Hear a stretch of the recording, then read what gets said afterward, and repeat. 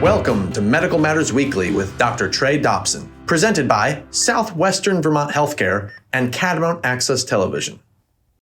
Welcome, everybody. Today is March 16th, 2022. I'm Trey Dobson, Chief Medical Officer at Southwestern Vermont Medical Center and an emergency medicine physician with Dartmouth-Hitchcock Health. And this is Medical Matters Weekly, a show about the aspects of healthcare that matter to you most. And I am sorry we're running a few minutes late here for those of you who are watching a live feed. It's just so gorgeous outside. We went outside to play and came in a little bit late and then ran into some technical difficulties with setting up our program today. But it looks like it's 3:19. We're just 19 minutes behind and we will get going. My guest today that I'm so excited about is Kimberly Warren. Kim facilitates the community care team at Southwestern Vermont Medical Center and has been here for quite a long time. When did you start at SVMC, Kim? So I actually started in September of 2001. Wow. That was before the pandemic, I think. Yeah, quite a bit, yes. Well, thank you for coming on the show. We're excited. You've worked in multiple areas at SVMC. I have them listed here. Some of them include a patient coordinator, a mammography tech assistant, and an administrator of the screening for brief intervention and referral to treatment program in the emergency department. You graduated from SVC in 2013 with a bachelor's degree in healthcare management. Is that right? Yes, it is. Yep. Okay. And you've enrolled in a master's in social work at Chamberlain University. How's that going? It's going great, actually. Very well. It's keeping me busy. Is it all virtual? It's all online, yes. Oh. Actually, most of it. We'll have to do, internships here probably about a year into the program. So I'm only a few classes into it right now. I gotcha. And also served on the Six Sigma team, which really did a great job of facilitating the reopening of the Breast Health and Imaging Center. And for those of you in the audience that have heard that term but aren't really familiar with Six Sigma, we use Six Sigma in healthcare quite a bit. We hope to be using it more throughout the nation, certainly here locally with Dartmouth-Hitchcock. It's a performance improvement, process improvement strategy that came out of the Toyota industry and other places, and it's just been phenomenal at improving processes in our system. So I'm glad you participated on that. Kim, are you involved in other Six Sigma projects at the moment? I am not. They take a lot of time, but they do do some great. So tell us a little bit about where you're from, and then eventually how you ended up at SVMC. So I'm actually, I'm born and raised right here in the area. I live in Shasberry. I have one sister and three brothers, come from quite a large family. Yeah, so we, nothing too exciting, but, we had a great time when we were all kids. We had a lot of wooded areas in where we lived. No cell phones, no internet. With 3 channels, 6, 10, and 13. So you had to make up your own fun. So we spent a lot of time outdoors. I would be probably considered the child with lots of energy. I was actually the one that was always at the emergency department getting stitched up. So, but yeah, but born and raised right here. Not sure what. But you got into healthcare. How did you get into healthcare? So practically my entire family is in healthcare. I have my mother who's still employed here. She's been here for 36 years. She works in the lab as a phlebotomist. I have a sister who has been here for 32 years. She's a unit coordinator in somewhere around in same day, maybe even endo. And I have a brother who does echocardiograms here. My great-great-grandfather actually was a physician here, I think around like 1918. Was a real big reason of, how SVMC has gotten to where it is today. So my whole family's in healthcare. Yeah. That's so fascinating. I actually didn't know. I mean, I knew that your family's in healthcare. I didn't know the number of years there. I hope you get a discount at the employee cafeteria. I should, That, right? well, that is fantastic. Tell me a little bit about the community care team and what that means. So the community care team is basically a pretty good sized group, and it involves medical staff from here at the hospital, as well as representatives from many of our community agencies. We primarily focus on individuals with substance abuse and mental health disorders.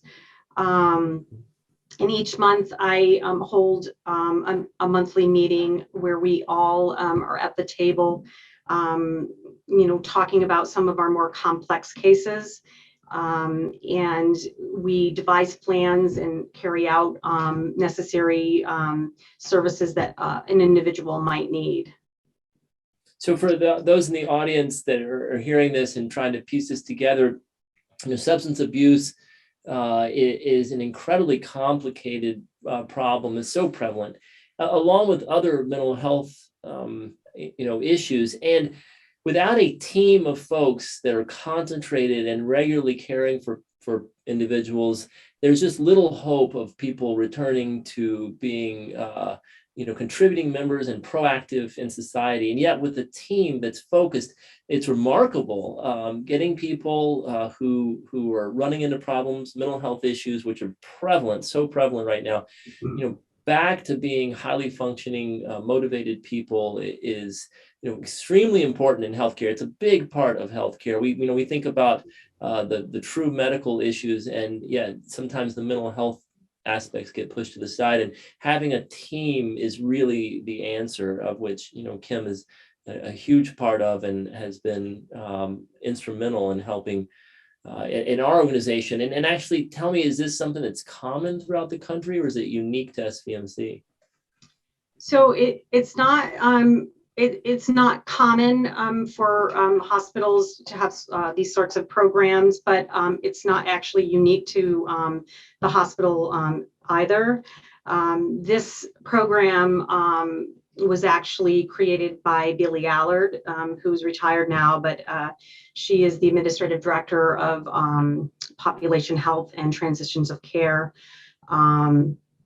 She saw this program, I think, on one of the magnet applications. Of course, we're a 5-time magnet hospital, and I think it was probably either the second or third application that this was discovered and implemented. But it's not the norm. I know we do have a couple hospitals kind of have reached out to us to kind of see what we do here. So we've been kind of directing a couple of the hospitals that have contacted us. So how, from a patient's perspective, then, what does the program look like? So the program is very patient-centered. It is all about they're the experts in their life and what they need. I'm there sort of to guide them and to make things a little bit easier.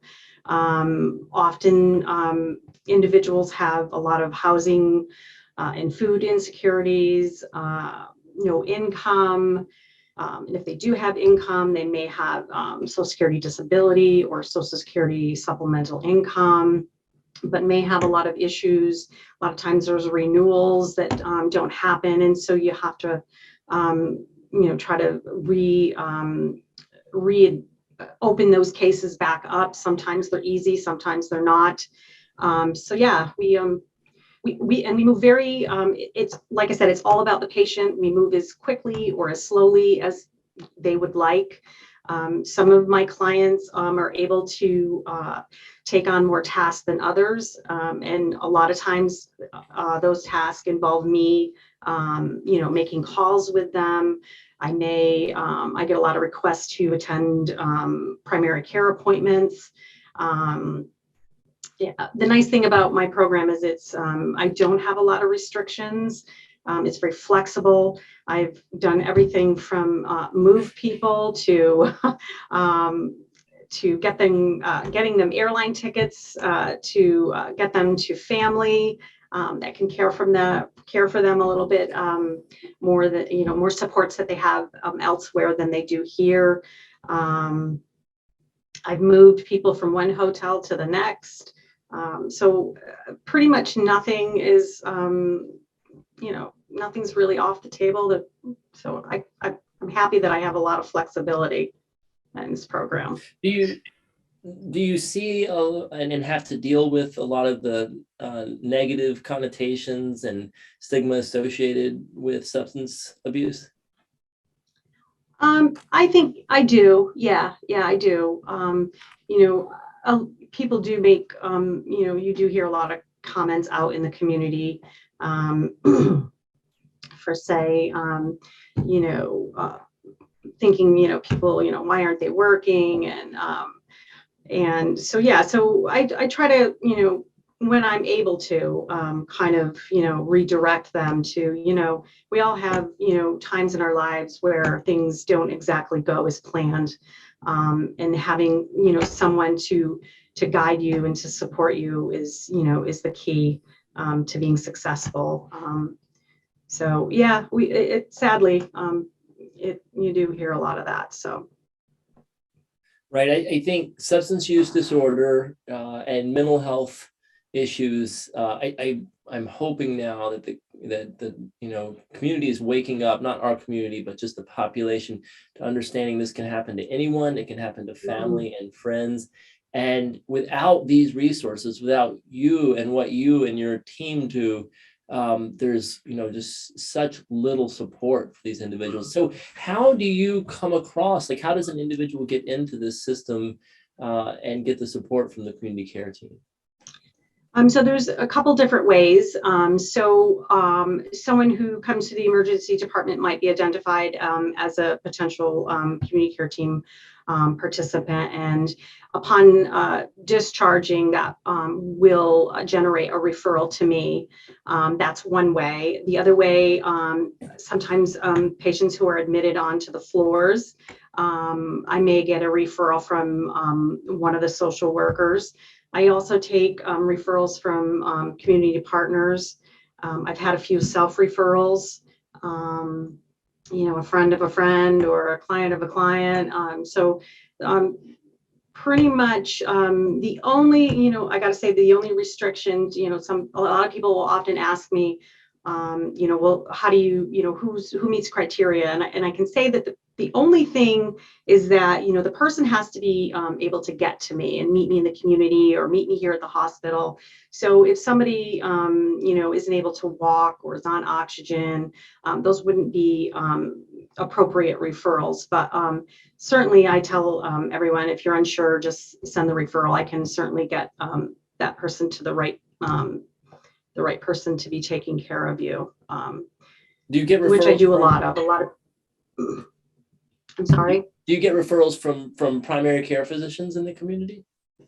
I do. I do. Not as many as, per se, from the ER or, on the floors or from the community partners. But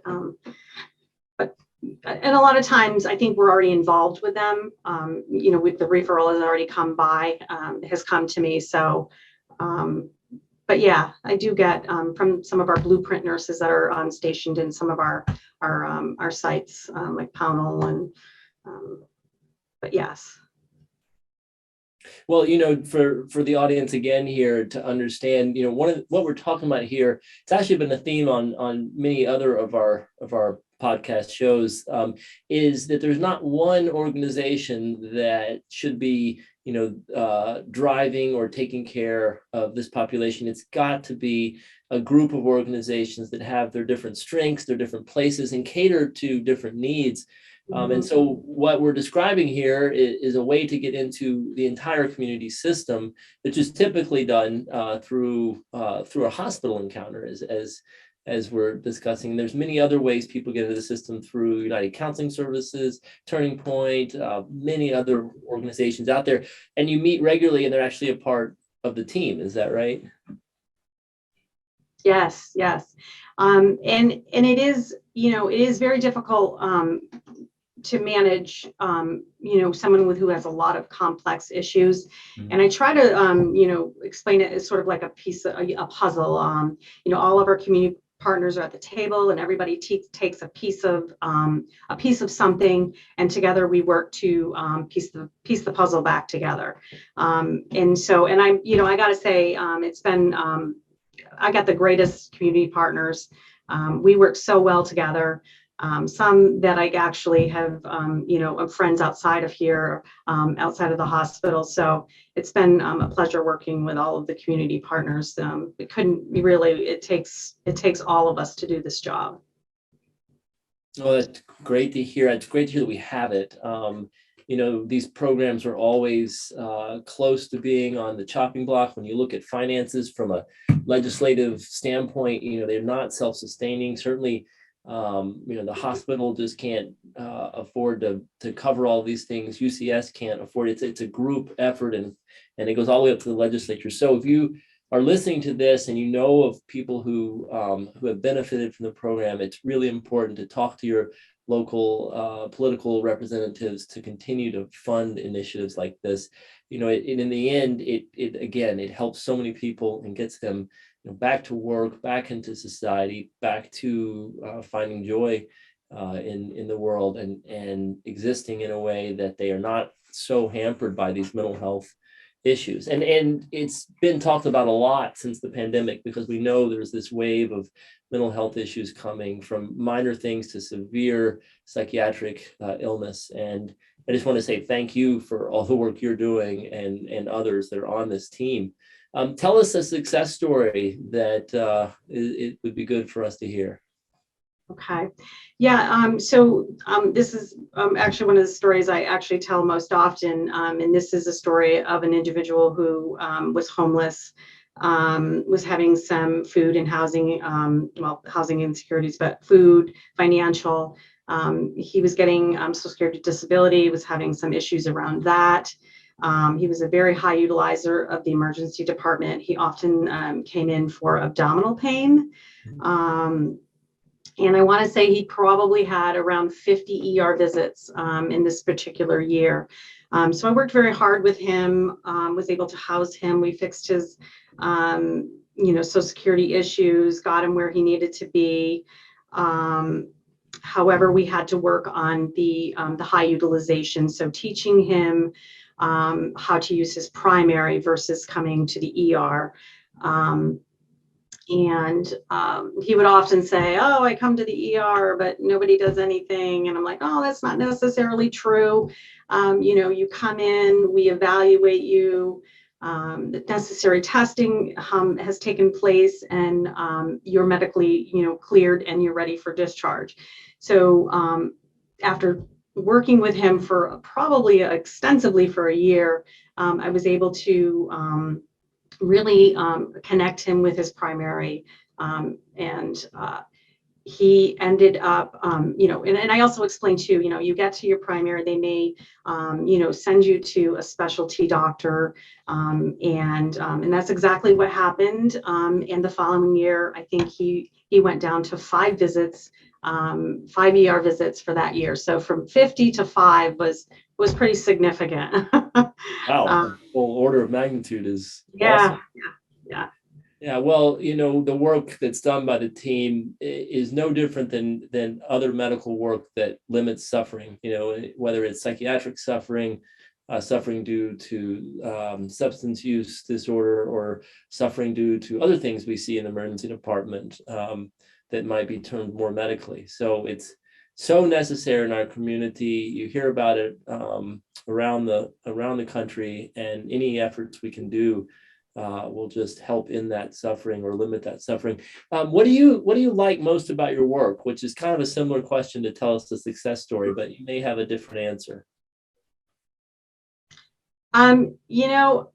I love that I get to meet, I'm meeting new people all of the time.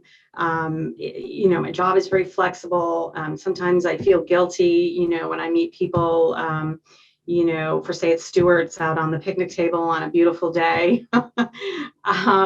But it's not just about me teaching them. They teach me a lot about life as well. So I'm always learning. I love that I am able to learn from them. And this job, like I said, there's always something that you come across that you haven't learned or you haven't dealt with. So I'm always gaining experience as well. So yeah, love that. Like I said, it's always a learning experience. That's No great. day is the same. Well, thank you so much, Kim, for joining us today on Medical Matters Weekly. We really appreciate it. Thank you. I'd also like to thank Mike Cutler from CAT TV, Ray Smith from Southwestern Vermont Health Care, Ashley Jowett from Southwestern Vermont Health Care. I'm Trey Dobson. Go out and find joy in everything you do, even in the face of adversity, and we will see you next week. Thank you.